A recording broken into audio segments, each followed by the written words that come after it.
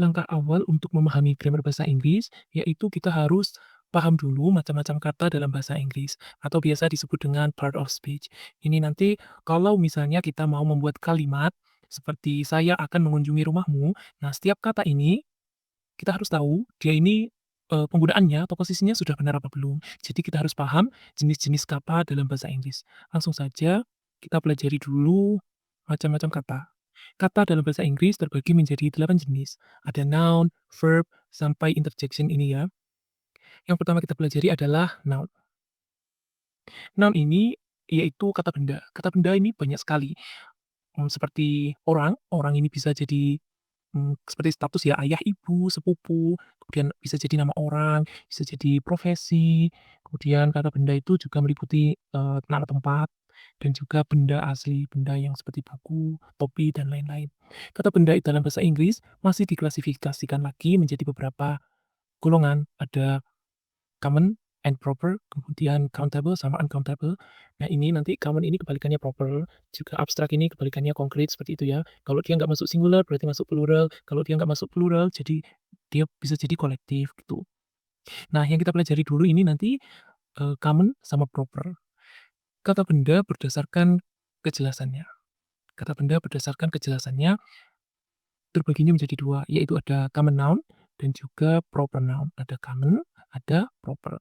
Kalau common, ini umum, kata benda yang, masih general, yang masih umum, contohnya ya ini bulan, negara, perempuan, universitas, kayak gitu. Nanti kalau kata benda yang proper noun, ini sudah merujuk ke identitas tertentu, sudah spesifik. Biasanya kalau kita tulis, kita huruf awalnya kita pakai huruf kapital, karena dia identitas spesifik. Contohnya kalau bulan supaya ada kata benda yang spesifik dari ini, Juni, negara, negara umum ya, ada banyak. Kalau misalnya kita sebut kata benda Indonesia, nah harus ini besar, karena ini sudah kata benda yang identitas yang spesifik gitu. Kalau perempuan masih umum. Nah, jelasnya, spesifiknya, contohnya Hayati, hanya harus besar identitas. Contoh universitas, ada banyak.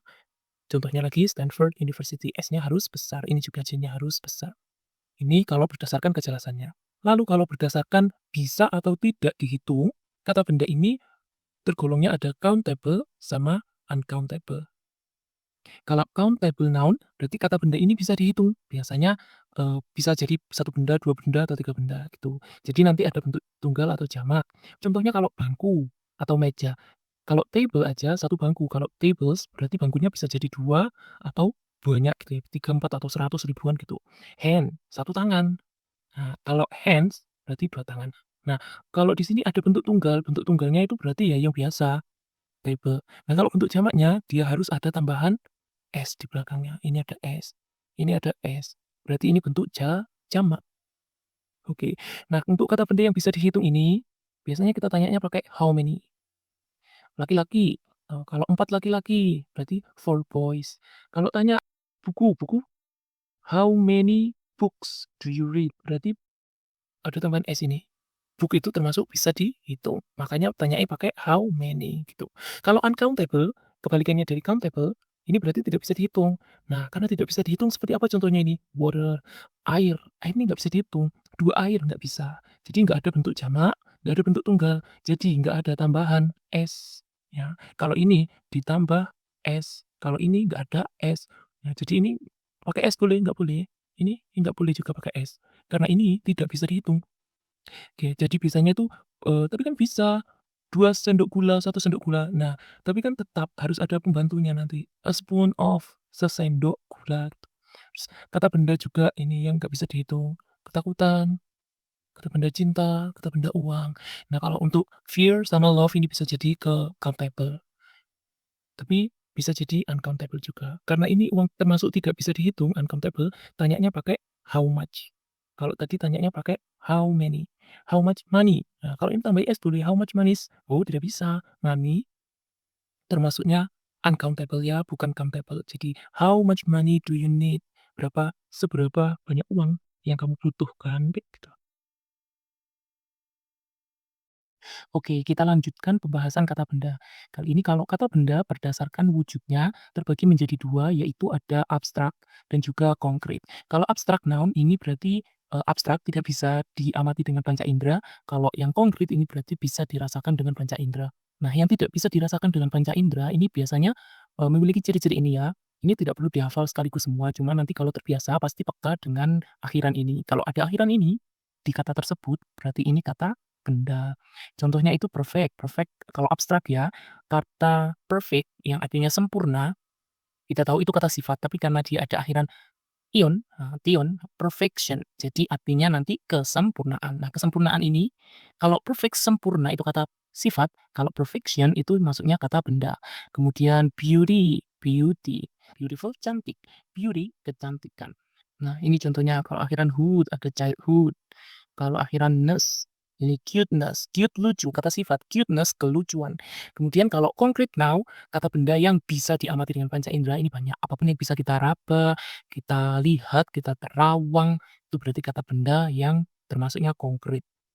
Contohnya ya ini ada teh, batu, matahari. Nah, lanjut ke kata benda berdasarkan kuantitasnya. Kuantitasnya itu berarti satu 2 atau berapa gitu. Kalau singular, kata benda singular berarti tunggal, single, tunggal. Kalau plural berarti jamak, lebih dari satu. Nah, untuk kata benda yang satu biasanya itu, dia itu ada awalan ini, sama en. Ini salah, ini bisa buat semua kata benda. Kalau kata benda tunggal biasanya diawali atau en. Bedanya apa? Kalau yang ini, kalau diawali dengan hurufnya dibaca konsonan, apa ya ini, nim, kayak gitu, lip. Tapi kalau en, ini karena contohnya kayak en gitu, eee, untuk kata yang awalnya itu terbaca vokal, vokal. Jadi kayak semut, en gitu. Kalau ini kan girl, girl bukan vokal baca awalnya ini ya, jadi dia maksudnya a girl gitu.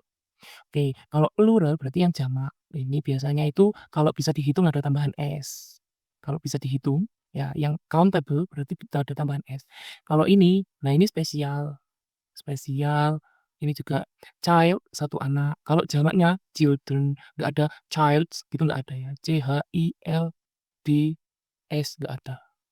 Bentuk jamak bentuk jamaknya child itu children. Kemudian feed, bentuk tunggalnya apa? Tadi food, pakai T. Nah, ini kalau people itu tunggalnya person, singularnya person, kalau di pluralnya people. Kalau fish, fish ini sama ya single atau plural, dia sama-sama fish. Tuh. Nah, sampai sini kita belajar ya bahwa tadi stone itu kata benda yang dia bisa dilihat konkret, kemudian bisa dihitung, berarti countable. Tuh.